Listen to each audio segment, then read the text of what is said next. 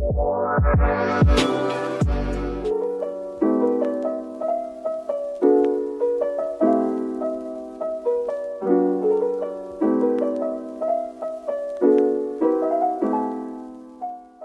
Wanozers, ketemu lagi dengan kita Ramu di sini, Ramu dan kawan-kawan di sini. Hari ini obrolan kita agak sedikit berbeda nih. Kita akan coba sharing ya. Hari ini sharing yang sepertinya cukup menarik dan cukup panas pembahasannya ya. Oke. Hari ini kita kedatangan seorang psikolog. Psikolog ini sudah lama saya kenal karena dulu beliau ini cukup terkenal di sebuah radio. Jadi dia itu memegang acara tentang curhat-curhat remaja-remaja di masa itu. Nah, sekarang ini beliau datang lagi bersama kita, ada Ibu Nanita. Ya, halo. Halo, apa kabar? Baik, alhamdulillah. Tapi nama radionya Nino. Sebetulnya nama radio saya Nanita Hadian. Oh, Nanita Hadian. Tapi kita menyebutnya Nino. Nama panggilan. Nama cantik. Nama cantik. Nama artis lah ya. Nama artis. Nah, Ibu Nino ini adalah seorang psikolog yang cukup senior ya sekarang ya. Sudah jadi senior sekarang. Ya, karena udah tua ya. Kali ya. Selain itu pasti juga ilmunya sangat-sangat mumpuni untuk kita diskusi nih di sini. Enggak juga ya, sama aja ya. Kita sama sharing, aja ya. Oke, tapi kayaknya ini sangat menarik untuk generasi baru ya, untuk lebih tahu lagi gimana sih perbedaan generasi lama dengan sekarang dalam menghadapi permasalahan-permasalahan. Oke, pembahasan kita hari ini adalah tentang toxic relationship. Oke. Nah, ini lagi nge-hip banget nih di kita semua masalah itu ada di zaman dulu. Ya. Cuman kalau sekarang ketika itu menjadi sebuah toxic relationship, maka itu menjadi sesuatu yang penting untuk kita bahas karena outputnya ketika tidak punya solusi yang cukup baik dalam menangani masalah, banyak yang juga salah ngambil keputusan gitu ya. Oke. Gimana nih toxic relationship menurut saya? Ibu Nino dulu. Kalau ibu kesannya mama ya, kakak cantik aja ya. Teteh sih, jadi karena dari orang Bandung jadi ini adalah Teteh Nanita atau Teteh Nino. Lebih asik Teteh Nino sih. Oke. Kebetulan saya banyak bergelut dengan remaja ya, khususnya di usia-usia mahasiswa SMA ya, tapi mahasiswa lah ya kebanyakan. Dan memang ini jadi salah satu hal yang menarik gitu ya buat kita semua. Kenapa sih gitu? Kok bisa ada sesuatu yang akhirnya yang menurut saya sih gitu ya biasa-biasa aja ya, hubungan yang biasa-biasa aja. Karena bicara ini toksik, kalau misalnya iya gitu ya toksik tadi salah satu. Saya pernah kasih talk show di salah satu kafe di Sukabumi dengan remaja-remaja dan mahasiswa. Ada yang tiba-tiba tanya dengan curhat gitu ya pacar saya abusing apa segala macem gitu ya, sambil nangis-nangis. Pertanyaan aku, kalau aku dari segi psikologi ya gitu ya, dan di depan orang banyak gitu ya, kalau mau ya coba ini kan ya. Tapi akhirnya saya pikir ini minta attention gitu loh. Jadi itu penting buat dia gitu, karena ya maklum ya remaja ya saat ini.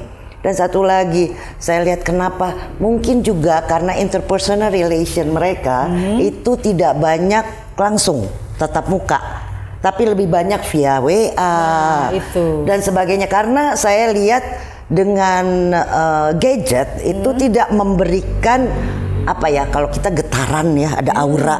Kalau kita ketemu, kalau lu kagak suka kan kerasa gitu kan. Dan itu nggak bisa begitu aja. Itu kan empati juga ya. Itu nggak bisa begitu aja tiba-tiba kalau nggak dilatih. Jadi personal live interaktif tuh sebenarnya. Iya, karena itu kan personal touch ya. Betul nggak? Jadi itu nggak bisa tiba-tiba ujung-ujung terus kita bisa kita empati. Ngobrol sama tembok deh, gitu kan? Iya kan? Jadi kita memang dilatih buat ngumpul. Kadang kita lihatlah, kita mulai dari anak muda, even malah umur kita juga ya. Kalau ngumpul bareng banyak sibuk, ya, betul. Ya. Nah ini adalah salah satu bentuk yang sebetulnya menurut saya personal touch-nya nggak dapet gitu lah ya. Makanya ada beberapa saya juga sempat gitu ya membahas ini gitu sama waktu itu profesor saya mengenai kenapa sih hasil psikotes yang saya terima dari berapa angkatan hampir 70% empatinya kurang. Anak-anak ini kenapa? Oh ternyata lebih self-centris gitu ya? Iya mungkin bukan ini ya, empati dalam arti lebih ke arah bagaimana dia mesti carrying ya, nurturing gitu ya. Memang lebih sulit bagi mereka kalau tidak dilatih. Saya pernah waktu itu kebetulan teman saya minta tolong saya kasih di ITB ya, karena mahasiswa bermasalah. Dia pernah bertanya sama saya, Bu gimana caranya supaya saya bisa kalau ada orang ngomong nggak emosional, nggak segala macam. Saya bilang nggak ada sekolahnya, nggak ada teorinya. Enggak. Anda harus melatih diri. Masuk apa ya, lingkungan sosial atau apa. Jadi kalau mak-mak di sini masih bergaul itu bagus gitu. Nah, gimana kita turunkan sama anak-anak? Cuma caranya sekarang gimana mereka justru interpersonal relationnya. Jadi mereka paham, oh ini ada orang seperti ini loh, gitu kan. Ini ada orang seperti ini. Kalau ini sekarang semuanya kan dunia maya ya. Ya betul. Katanya. Jadi itu dia mempersepsikan apa yang dia baca. Yang kalau bahasanya Gita tuh katanya jangan ngedenger ini kayak gimana, pegang gitu, bener nggak kayak begitu gitu loh. Jadi bukan jangan katanya. Karena gitu mereka kan persepsinya dibentuk. Iya, dibentuk gitu ya. Dan mereka juga satu lagi, mereka kan seperti kayaknya kalau di medsos pengaruhnya besar ya.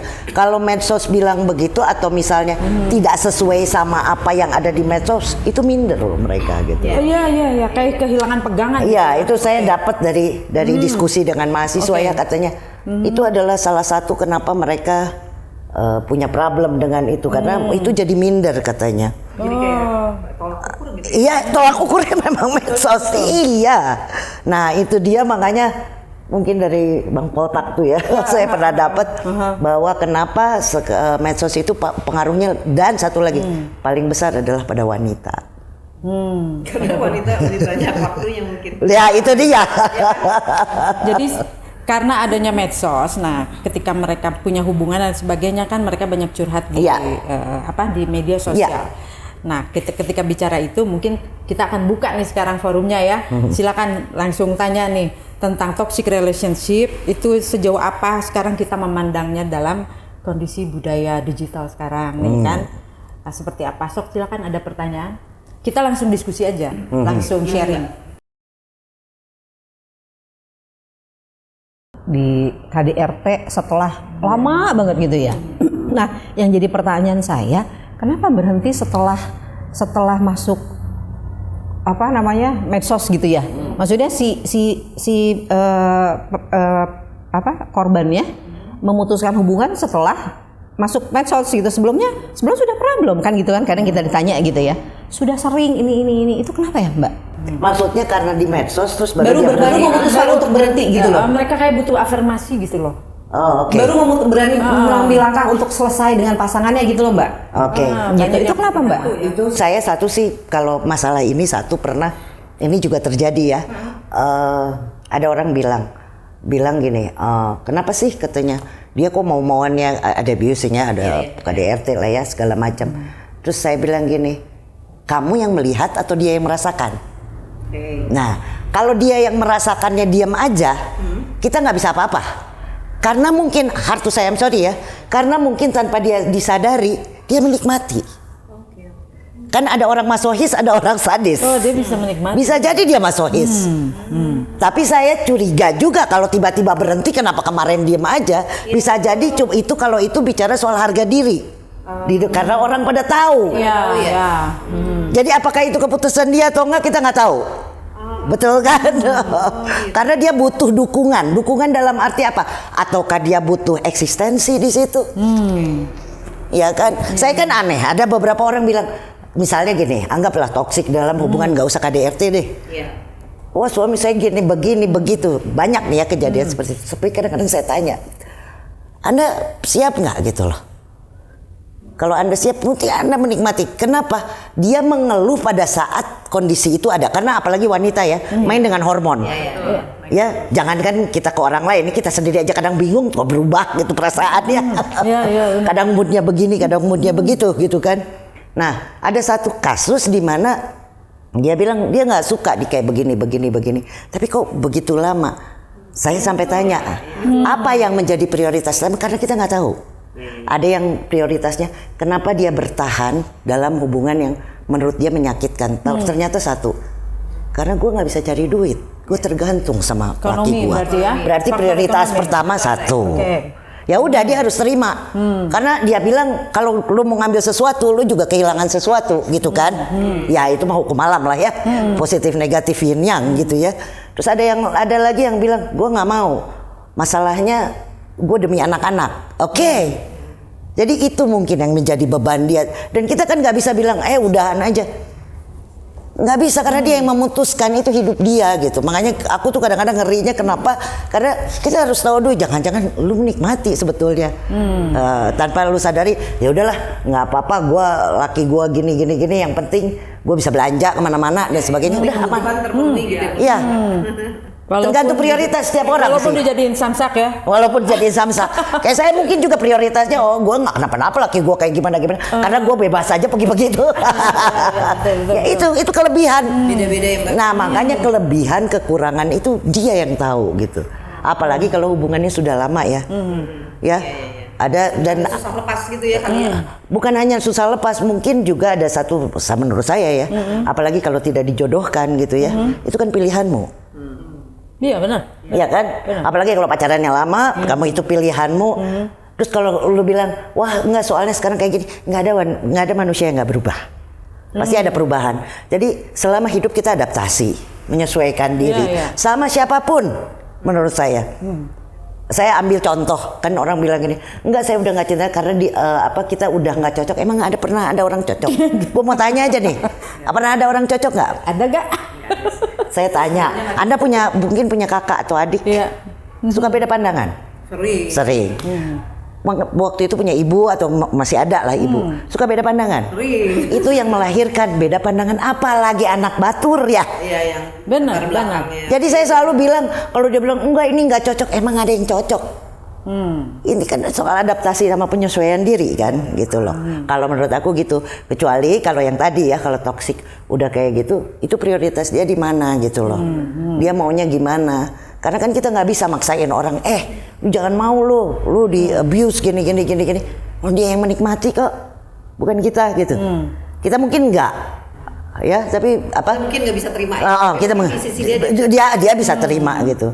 Makanya yang tadi mungkin setelah saya nggak ngerti juga apakah memang itu dia butuh afirmasi atau memang dia butuh eksistensi aja gitu. Eksistensi sebagai perempuan atau sebagai pasangan yang teraniaya gitu. Ya gitu loh. Cuma mau menunjukkan diri. Laku untuk medsos kan? Medsos ya.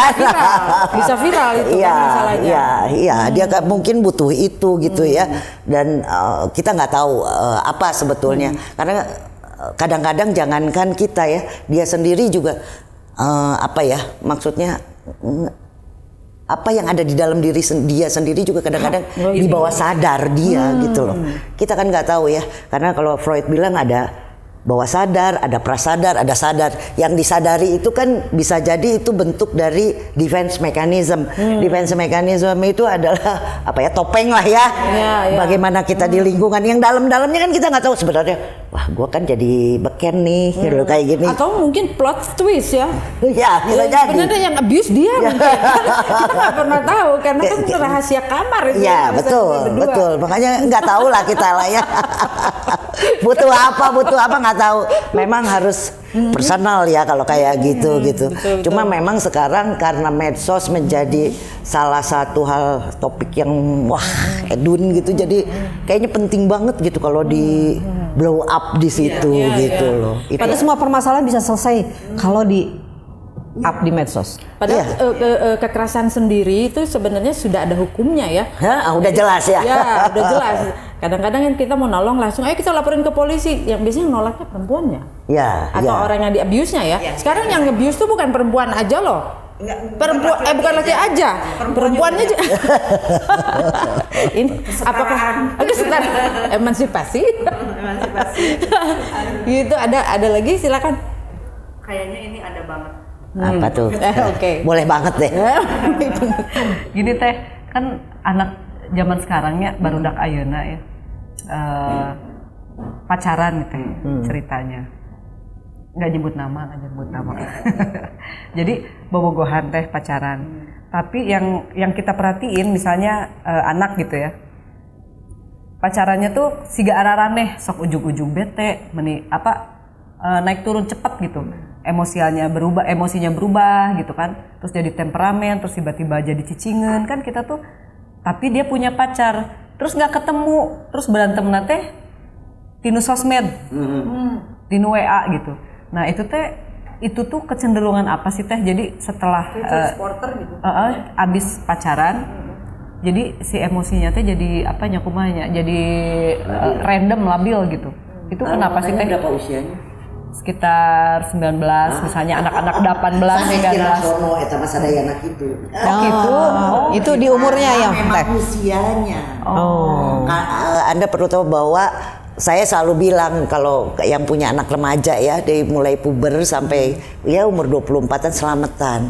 Sampai hate lah pasti kolot ya. Karena memang mereka itu lagi ambigu. Usianya usia ambigu. Sampai umur berapa teh? Tergantung ya, karena dewasa di Indonesia saya rasa lebih lamban ya dibanding di luar. Karena di luar kan 18 tahun oke, lu lepas, lu cari duit sendiri, lu hidup sendiri, gitu kan. Kalau di kita kan, even anak umur 21 tahun mau masuk sekolah aja, kata mamanya mesti masuk keperawatan, ya keperawatan sudah. Nggak bisa apa-apa, karena mereka masih ditanggung ibunya. Jadi sama kita tuh, misalnya gini teh, kalau cara kita, keun we antep sampai dia cerita sendiri gitu. Tapi kan kita sok hariwang gitu ya. Iya budak kunaon gitunya, asa berubah, asa tiba. Nggak pernah ada senyumnya, keketawaannya tuh jadi jarang. Mau negor, nah caranya ada trik-trik nggak teh? Nah, Ngehandle Tips-tipsnya nih menghadapi anak ABG. Iya. ini memang sulitnya pendekatan kepada remaja ya. Remaja ini tadi seperti saya katakan, kenapa masa ini disebut masa ambigu? Karena dia memang ambigu dalam segala hal. Dan peers group itu kelompok ya, jadi gengnya lah itu menjadi hal penting. Orang tua bukan lagi hal penting gitu ya. Mereka mulai menentang orang tua, menentang biasanya sampai ke agama, sosial dan sebagainya, rebellion lah ya. Kalau atau dibilang nonkonformis lah ya, gitu ya. Kalau yang parah-parahnya juvenile delinquents ya, yang narkoba nantinya kesana ya. Tapi yang sedang-sedang aja memang mereka lagi berontak. Mereka butuh eksistensi diri di antara teman-temannya. Contohnya aku lucu, kemarin juga aku lihat gitu, mobil saya ketabrak gitu ya, tapi saya lihat banget di belakang gitu. Ini anak itu jumping pakai motor gitu kan ya, di jalan di highway gitu. Itu buat apa, ngapain coba? Butuh eksistensi kan. Nah, memang mereka lagi cari identitas diri gitu. Dan karena apa? Tidak hanya hormonal juga, karena mereka kan sedang perubahan, fisiknya pun berubah kan. Apalagi kan di umur itu kan mulai tingginya juga berubah ya.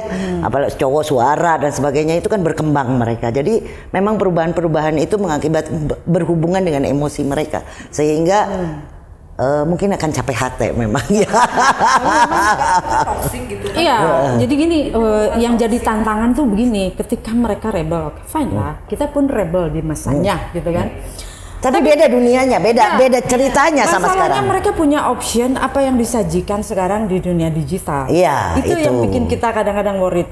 Bayangkan misalnya anak umur sekian gitu, tiba-tiba aja dia bilang, ibu, aku agnostik. Itu udah susah tuh dengarinnya kan. Karena kita tidak punya option itu di masa lalu gitu kan. Nah itu untuk hal seperti ini gimana kita? Saya baru bahas juga kemarin sama teman-teman aku, salah satunya itu kan saya dari perkembangan ya bicara. Saya memang banyak di remaja. Saya sempat tanya gitu sama teman saya yang di klinis. Saya bilang, lu jangan lihat sekarang anak-anak tuh beda.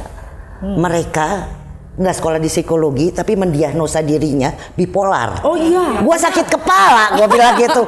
Gua aja yang jadi psikolog kagak berani gitu ya. Mereka udah bilang, aku nih bipolar. Bangga lagi. Kimpling kan ya itu namanya ya. Jadi, nah hal-hal seperti itu karena mereka baca. Terus mereka seolah-olah ya ini bahwa cocokologi. Padahal bipolar yang tertentu memang harus pakai psikiater ya. Tapi memang kalau saya lihat di sini sekarang banyak sekali ya yang membutuhkan. Dulu zaman kita baru lulus mah kayaknya aku saya punya mahasiswa yang bermasalah sampai bagian kemahasiswaan bilang coba konseling sama Ibu Nanita. Jawaban orang tuanya, anak saya tidak sakit jiwa, saya tidak perlu konseling. Kalau dulu kan kayak gitu ya, ke psikiater, ke psikolog mana ada yang mau? Kayaknya awam banget gitu ya. Bukan awam banget, ngeri disebut sakit jiwa gitu ya.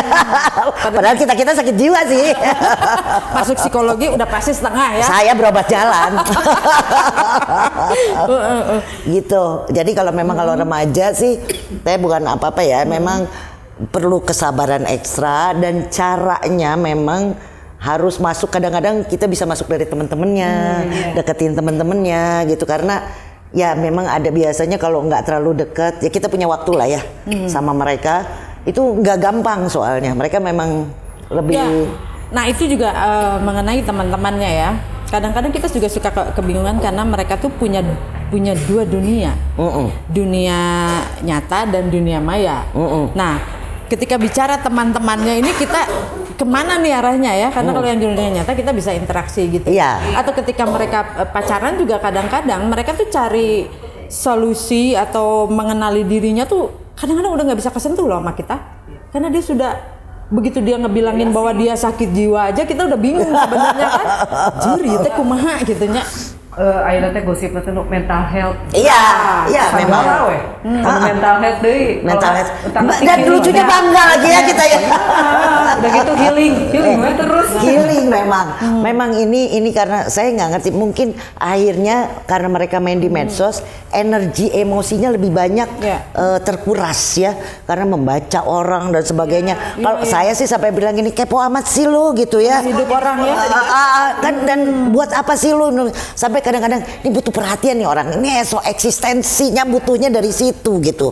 Ya kan dulu kan kita kalau populer apa enggak gimana orang pada kenal, lu kenal sini, lu kenal Gita, gua kenal Gita gitu. Kalau sekarang kan berapa followers, wawuh ente. Bahkan kan? Human Research Development pun lihat followers. Perusahaan ya. Benar. Kan jadi akhirnya seperti ini karena memang sudah dunianya sudah seperti ini gitu kan. Jadi nggak bisa diapa-apain ya kali ya. Dan memang ada transisi budaya dari yang budaya kita ke digital. Nah, gitu. kalau kembali kepada topik toxic relationship ya.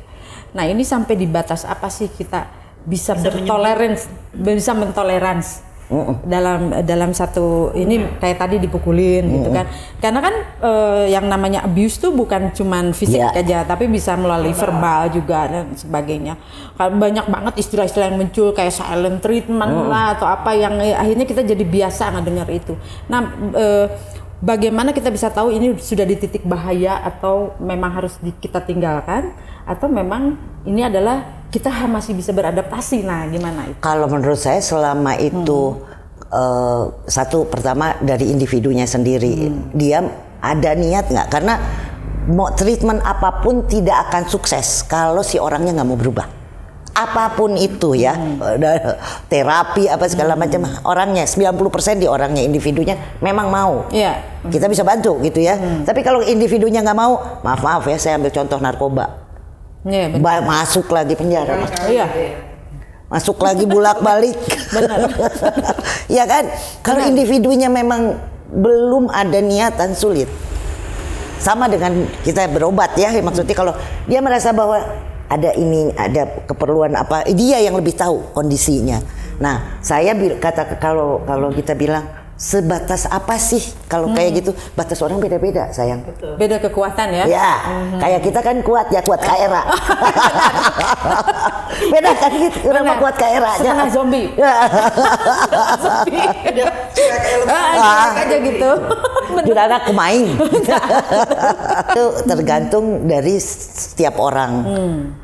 Resiliensinya. Nah, ini yang bahasa dalam psikologi resiliensi, daya tahan. Jadi kayak per pegas ya. Ada kalau anak-anak sekarang katanya kalau di per itu kalau ditekan dari atas tuh teng ke bawah. Tapi kalau zaman kita dulu karena mungkin keras juga ya gaya kehidupan orang tua kita, mau para kita sekolah juga kan nggak gampang, nggak kayak anak sekarang udah tinggal apa sih mau sekolah apa mau ikut les apa segala macam didukung, kita mah baheula mah nih sana. Nah si pegas ini kita mah ditekan jadi toing ke atas. Nah anak-anak sekarang karena terlalu banyak kenyamanan, kemudahan, segala instan, mungkin ini juga jadi yang lebih fragile gitu. Iya, that's why. Kalau menurut aku mungkin karena itu.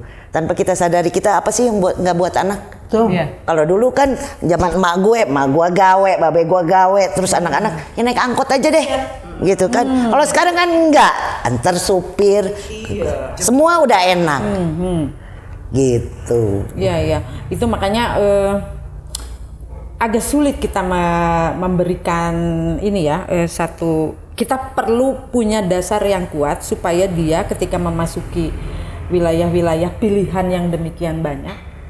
Nah ini sebenarnya sebagai orang tua kita mikir banget ya. Ini Betul. supaya cocoknya gimana sih gitu supaya anak ini tetap berkembang juga tapi punya mental kuat. Nah sebenarnya kan gitu itu ya. sih memang dari rumah mungkin ya salah satunya. Seperti kita kan kasih pendidikan agama dan sebagainya. Basic kita itu kan ke anak itu sebetulnya ngasih bekal. Karena suatu hari di saat anak SMA tadi usia 19 segala macam emang mau dicangcang anaknya enggak kan, nggak bisa. Kalau saya selalu mengingatkan anak saya misalnya seperti kayak gini, mama marah besar sama kamu, biar gimana mama masih sayang sama kamu. Karena lingkungan belum tentu, lu main hajar dihajar lo gitu sama lingkungan. Tapi dalam arti bahwa kondisi itu yang berbeda di anak kita sekarang gitu ya.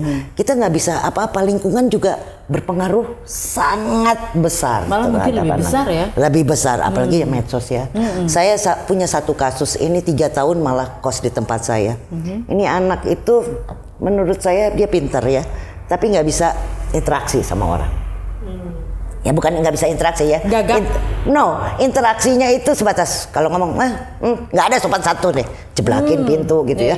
Gua tuh sampai ngomel-ngomel, "Wey, gue nih tua, kerutan lah kalau orang ke Belanda zaman dulu, kerutan apa sapa gua kek gitu kan, jangan seenaknya aja." Dia ya udah terus setiap kali dia kalau ikut banyak saya, loh anak-anak gitu. terus ikut aku kan, dia itu kan orang Malang. Main gadget aja. Lu tahu nggak dari Dago sampai ke tempat gua ke KPAD, gua ke toko Setiabudi, berhentinya di mana aja, jalannya lewat mana? Dia diam aja. Lu nggak akan tahu, lu main game gitu kan? Sampai suatu hari dia bilang kebetulan dikerja sama adik saya yang programmer juga, karena dia IT ya, nama programmer juga. Dia bilang ini, "Mak, kos aku lebih galak dari ibuku," katanya gitu ya. 2 tahun dia sama aku berubahnya dari ekstrim ke ekstrim. Dia yang Bu baru datang dari Sukabumi gitu ya. Terus udah gitu yang tiba-tiba dia bilang saya aktif sekarang di masjid At-Taqwa ya di Gerlong. Pergi pakai sepeda, pakai sarung, berangkat setiap sholat gitu ya. Dari ekstrim ke ekstrim lah biasa ya. Terus dia baru cerita bahwa sebetulnya dia itu kenapa orang tuanya rajin telepon karena dia itu sudah dibawa ke psikiater dan minum obat. Jadi dia sudah masuk schizofren karena menurut psikiaternya di Malang itu dia itu sudah tidak bisa membedakan mana dunia maya sama dunia nyata. Oh my god. Iya. Iya. Jadi dia itu sampai dia bilang, "Saya Bu waktu pertama kali saya sakit, saya dari rumah sakit pulang ke rumah saya nggak ingat saya itu jalan di kemana." Karena saking begininya. Nah terakhir saya kan biasa suka nonton drakor kalau pulang dari Sukabumi, lupa nih bawa laptop. Pinjem dong gua laptop lo. Terus dia bilang, "Oke Bu, nanti jam 7 saya sudah selesai sama kerjaan, pakai. Nanti jam 5 subuh simpan lagi aja di situ." Dia rubah semua, dia lepas semua, dan jadi lepas jam 7 dia hanya terima telepon pakai Nokia telepon. Iya, terapinya 3 bulan dia begitu berubah supaya enggak, kan sama aja lah kita kalau di dunia maya kayak gitu. Maaf kalau saya seneng ya kalau tanya kita dulu zaman di Osman gaplek lah gitu. Kalau kalah teh kan kepikirannya ke bawah mimpi gitu ya. Kalau main kartu kalah teh kan sama kayak gitu kan. Jadi dia udah mana yang maya mana yang nyata tuh Udah blur deh. blur. Oh my god. Nah ini kan yang efek dari makanya Mungkin saya juga pernah kasih itu di gadget itu lebih dari 2 jam sudah edik. Nggak boleh lebih dari 2 jam. Tapi kan sekarang medsos ya dan ya hal-hal seperti ini ya. Ya segala yang sifatnya online kan udah membahayakan. Sekarang apalagi remaja-remaja sudah tahu pinjol. Waduh. Udah gitu Aksesnya mudah lagi ya. Masalahnya lebih parahnya lagi Aksesnya ini. mudah lagi. Mudah. Dan lebih gilanya mereka yang belum punya pemasukan. Akhirnya kan emaknya yang ancur-ancuran. Ya kan ini memang perlu diwaspadai sama kita sebagai orang tua. Berarti hubungan dengan digital pun juga itu bisa menjadi toksik. Iya. Untuk hidup kita ya. Untuk hidup si anak. Untuk hidup si anak. Dilihat dari mata kita ya. Nah, Itu soalnya menarik. nilai-nilainya berbeda kali ya. Nilai-nilai sudah berbeda. Nilai zaman kita sama zaman sekarang. Itu yang perlu kita waspadai kayaknya gitu Iya, loh. iya betul. Nah, oke. Mungkin ada lagi gimana coba? Teh asa jadi rame kieu. Hubungan ya ini sebenarnya gini, kita agak jarang untuk berinteraksi langsung dengan manusia lebih intens. Iya. Itu kan ini ada satu kebudayaan baru yang membuat kita lebih terbuka kepada digital daripada kepada manusia. Nah, ini memang ada pergeseran yang luar biasa signifikan lah, ya. Nah, menurut Cenino nih, ini kondisi ini yang kira-kira sedikit kepedulian kita untuk lebih membalance ini seperti apa gitu? Saya pikir juga lebih banyak sebetulnya saya menyarankan kalau kepada mahasiswa dan sebagainya yang kebetulan saya juga punya anak banyak itu cobalah mulai masuk ke dalam lingkungan sosial seperti ikut kalau zaman dulu kita pramuka ya atau ikut taekwondo atau ikut ya saya sih aktif ya di situ maksudnya supaya ada interpersonal relation ya atau ikut kegiatan apalah misalnya jangan lagi lari ke daerah itu ya misalnya bisa ikut basket, ikut apa, teamwork ya. Ini interaksinya lebih banyak supaya sebetulnya mengurangi intensitas untuk berhubungan dengan gadget gitu loh. Dan itu menurut saya selalu bilang sama mahasiswa saya atau sama anak-anak ini kalian masih muda. Mumpung masih punya waktu. Saya waktu muda itu tanya ini juga sama kan kita kerja, kita ikut kegiatan ini dan itu suatu hari nanti kamu bekerja dalam lingkungan itu jadi network buat kamu gitu. Jadi saya itu kebetulan di tempat saya di Sukabumi ada kosan. Itu mahasiswa IPB semua. Bisa satu kamar kiri sama yang sebelah nggak kenal. Itu benar. Nggak peduli. Kalau gua kayaknya udah seru satu tempat gua kenalin gitu kan. Iya benar. Jadi gua bilang ini antara ekstrovert introvert nggak jelas ini semua gitu ya. Karena semua anteng dengan dirinya sendiri. Makanya saya bilang ikut aktif. Makanya saya setuju kemarin ada yang bilang Bu, mau dipakai tempat ini buat acara BEM. Oh silakan, saya dukung selama itu kegiatan-kegiatan yang berhubungan dengan manusia lagi gitu loh, gitu nggak interaksinya ada dan itu sebetulnya melatih mereka juga buat apa egosentrisnya jadi lebih kurang kali ya, nggak terlalu egois. Mungkin itu juga yang bisa bikin orang orang-orang sekarang cenderung lebih tidak sabar ya. Jadi maksudnya gini, ketika mereka punya satu hubungan gitu atau anak-anak kita nih punya hubungan pacaran atau apa gitu, mereka ngerasa bahwa di digital ini lebih cepat ketika interaksi di sini kan butuh effort nih. Nah, itu mungkin yang akhirnya keluarlah dia jadi abuse. Bisa begitu ya mungkin ya. Karena lu masa nggak ngerti sih atau gimana gitu. Tapi sebenarnya ada keterbatasan juga mereka mengungkapkan. Nah, itu kan. Karena tidak terlatih. Beda kan kita tulisan ini. Gitu ya. Iya, teks. Iya, terus paling emoticon ya gitu kan. Tambah beda gitu kan. Udah kelihatan gitu dan gitu kan kita bisa aja nggak apa-apa kayak gini padahal udah habis gitu loh gitu. Kayak itu kan perbedaannya makanya saya selalu bilang nggak bisa kita pada saat kamu berinteraksi kamu terlatih untuk belajar komunikasi verbal dan nonverbal. Ya kan? Kamu bilang, oh itu orang bisa nerima aku tapi kelihatannya dari sikapnya menghindar kan bisa kerasa, dan itu harus dilatih, nggak bisa ujuk-ujuk sayang gitu kan. Iya. Nah itu sulitnya anak-anak, lu pikir semua bisa instan gitu kan. Nah, Enggak memang sih, lah gitu. Jadi soal rasa juga menjadi hal yang jadi bisa nggak sama nilainya ya. Iya, beda-beda Iya kan? ya. Jadi beda jadinya kan, rasa nggak enaknya juga beda, ininya Iya. jadi beda.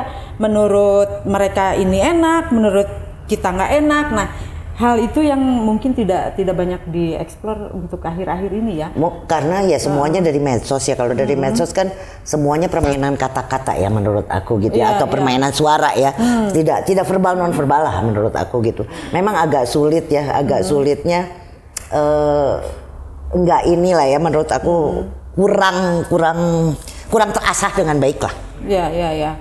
Oke, jadi ini mungkin satu kesimpulan yang saya coba menyimpulkan aja ya, bahwa ini ada satu masalah. Jadi kita ketika bicara toxic relationship itu bisa menjadi berbagai macam layer nanti, berbagai macam bentuk jadinya. Tapi at least ketika bicara interaksi manusia sebetulnya kan sama ya. Kita harus mengeksplor itu yang sudah kurang nih di generasi. Iya betul. Berarti mungkin nanti ke depannya kita akan lebih banyak belajar juga nih sama Cenino untuk bisa saya juga belajar. Berkolab artinya gini, bagaimana si digital ini mendukung kita untuk menjadi manusia, gitu kan? Kita akan lebih memanusiakan digital itu karena digital ini tools ya, gitu. Tapi ini memang perlu cara-cara yang Manusiawi. Bagaimana memanusiawikan digital sehingga kita manusianya menjadi manusia gitu ya. Itu supaya kita tetap menjadi manusia dalam era teknologi yang besar ini. Jadi ketika bicara toxic or bahasa-bahasa mental illness itu harus juga benar-benar dengan dasar manual yang jelas gitu ya. Tidak hanya rasanya saya begini, belum tentu ya. Jangan dirasa-rasa lah. Ya. Capek deh gitu. Betul. Obrolan ini akan kita sambung lagi nanti dengan berbagai pertemuan ya yang akan dilakukan nanti mungkin ke depannya, dan buat generasi baru terutama bisa sharing bagaimana generasi kita sedikit lebih kuat mental, bahkan ketika gadget mati kita masih bisa tanpa map loh, gitu kan. Tapi generasi kita aja udah mulai gagap nih, kalau map aja nggak ada kan panik. Nah mungkin ini bisa jadi pembuka yang baik untuk segala aktivitas kedepannya. Terima kasih banyak. Sama-sama. Buat Cenino, jangan kapok ya. Wow. PR-nya banyak. Nanti ibu-ibu yang lain mungkin akan ngumpul, silakan curhat, ini ahlinya ya. Oke, terima kasih buat semuanya. Kita akan ketemu lagi di episode Ramu Percakapan Dada yang berikutnya nanti. Sampai ketemu lagi, semoga bermanfaat buat semuanya. Selamat ketemu lagi, bye. Kau tercipta bagai suatu keajaiban.